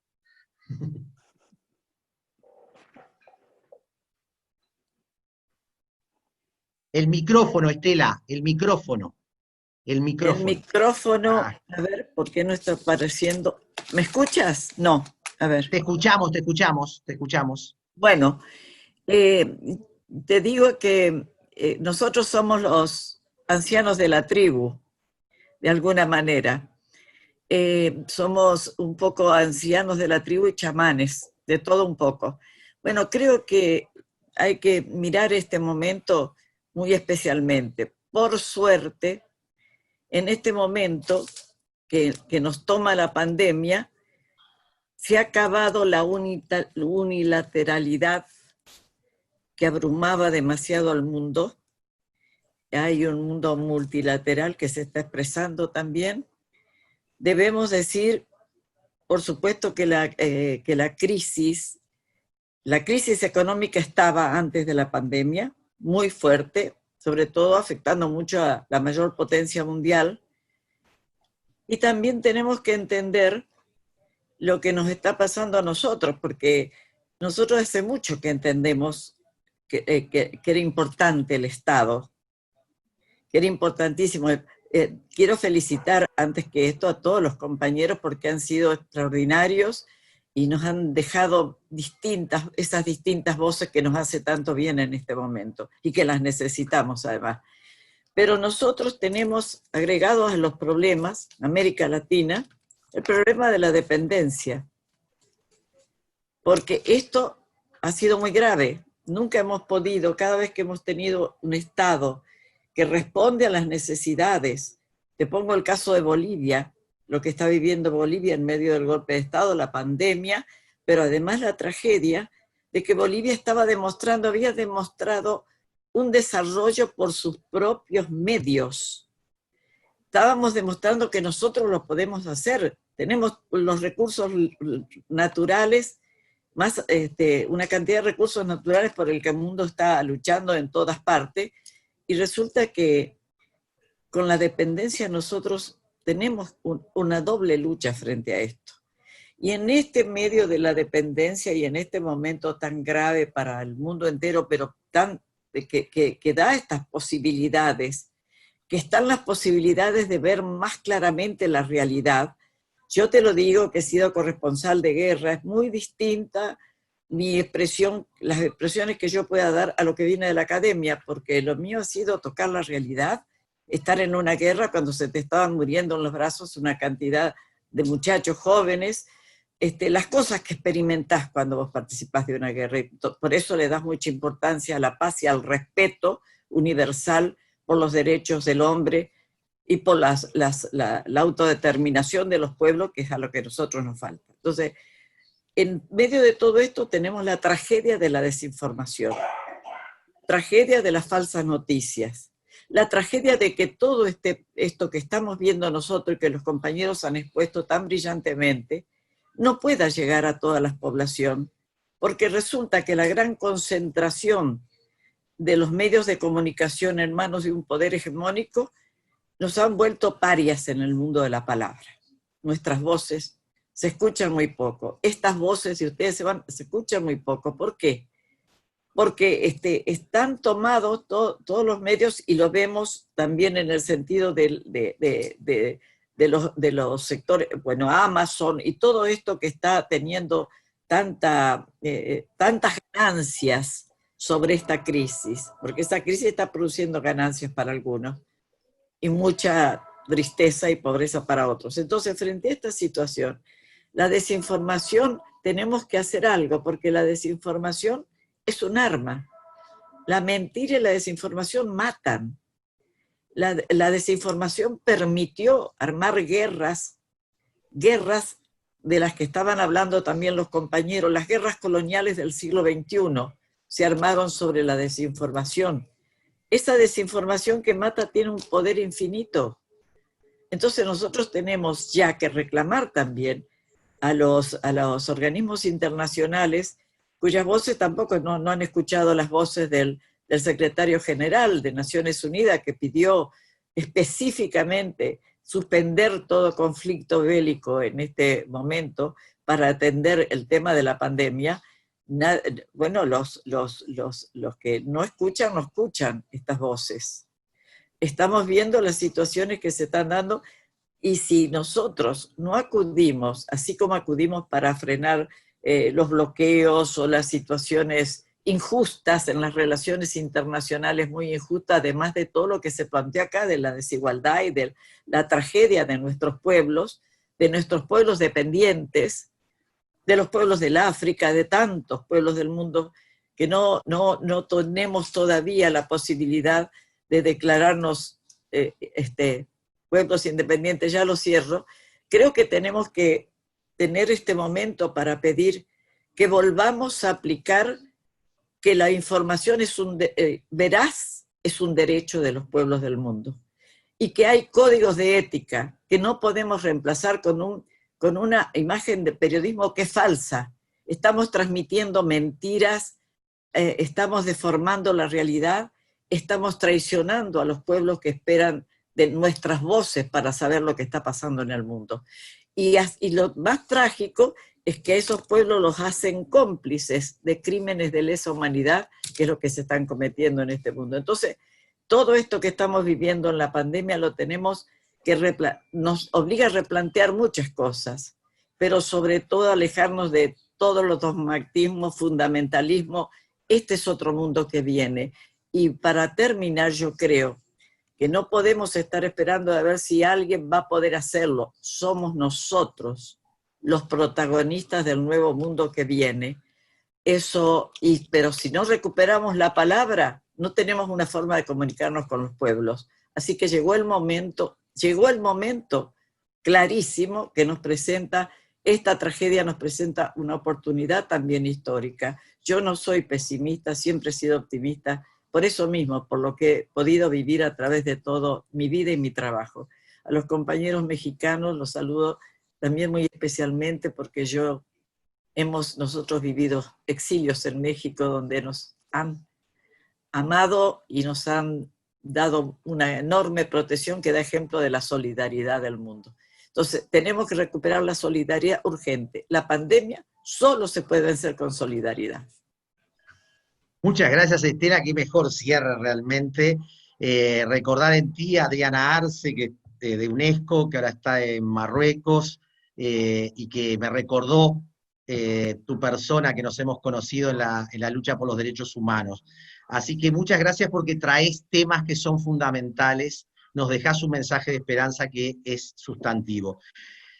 La idea era 2 horas, quedan unos pocos minutos, no podemos darle la palabra a los que están escuchando y entenderán porque la idea fue que se pudiera exponer en este crisol que abre y nos saca de las burbujas para poner bajo sospecha mucho esto de la caverna de Platón en la que estamos muchas veces, y que necesitamos trabajar. Pero dos cosas, vamos a trabajar para adelante en grupos de 3, de 2, con los que están aquí presentes y algunos más o algunas más, que permitan hacer talleres o intercambios. La red continuará con algunos de estos aspectos.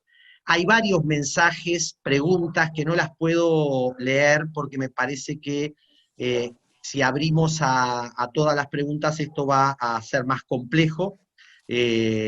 Paulina me está mirando, en el cual me tiene que mandar el vino chileno, de que ella me dijo que no íbamos a llegar a los 5 minutos sí, cada uno. Nelson. Mira, cumplimos, has logrado cumplir con la meta, Nelson. Se cumplió con la meta. Sí, pero a ver, sí, Nelson, dale, solo comenta para que, cerrar, bien. Que respecto a las preguntas, tal como tú mencionas, si bien ahora no vamos a poder tener el tiempo y darnos el espacio para poder dar respuesta, lo que sí podemos hacer es remitir estas preguntas a quienes se están haciendo y probablemente nuestros expositores de una manera muy amable van a poder dar respuesta de manera a lo mejor más personalizada a preguntas que están aquí dirigidas a alguno de los ponentes principales. Yo creo que puede ser una buena manera también para poder subsanar esa parte. Perfecto. Justamente, bueno, hay toda una línea sobre cómo los que intervinieron visualizan, ¿no? Temas ambientales, económicos, reflexiones a nivel de filosofía, a nivel de los dilemas que se están presentando, el tema de los derechos. Entonces vamos a mandar todo este material. Entonces, para cerrarlo, primero es decir que con este primer diálogo global en torno a los temas del impacto de la pandemia, van a haber otros diálogos. La RIED, como presentó Paulina, va a convocar.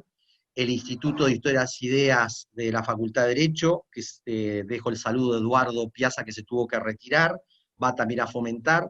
OBSUR, que están presentes, varios de la directiva de OBSUR también tienen mucho interés como centro ecuménico de poder participar e intercambiar.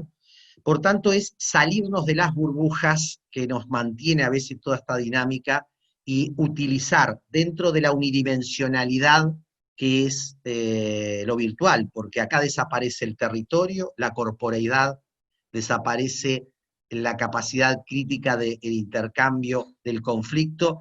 Entendamos que esta utopía virtual tiene grandes límites, y lo estamos viendo como docentes, lo estamos viendo, pero tiene todas estas facilidades que las tenemos que saber utilizar para provocar una mirada distinta de los procesos que estamos viviendo. No quiero ir mucho más allá, si alguien quiere decir algo en particular, si no nos comprometimos a que cada uno de los que intervinieron me van a remitir 2 paginitas de lo que expusieron para poder hacer la relatoría. Yo de igual manera lo voy a volver a escuchar para retomar lo verbal que pueda ayudar. Lo vamos a dejar abierto, esto queda grabado en el Facebook de OBSUR, va a estar grabado en un link para Twitter, y que, bueno, sea el primer puntapié inicial que nos dejó Mars, que quedó con muchas ganas de seguir hablando también, o sea, nos dejó, y Feliciana, bueno, todos, Heriberto también, todos querían hablar y todos queríamos hablar. Bien, si alguien quiere decir algo, y si no, damos por cerrada esta primera instancia. Gracias, quiero decir. Gracias. Gracias a ti, gracias a Muchas ustedes. gracias, cuídense mucho. Gracias a todos. Gracias a todos.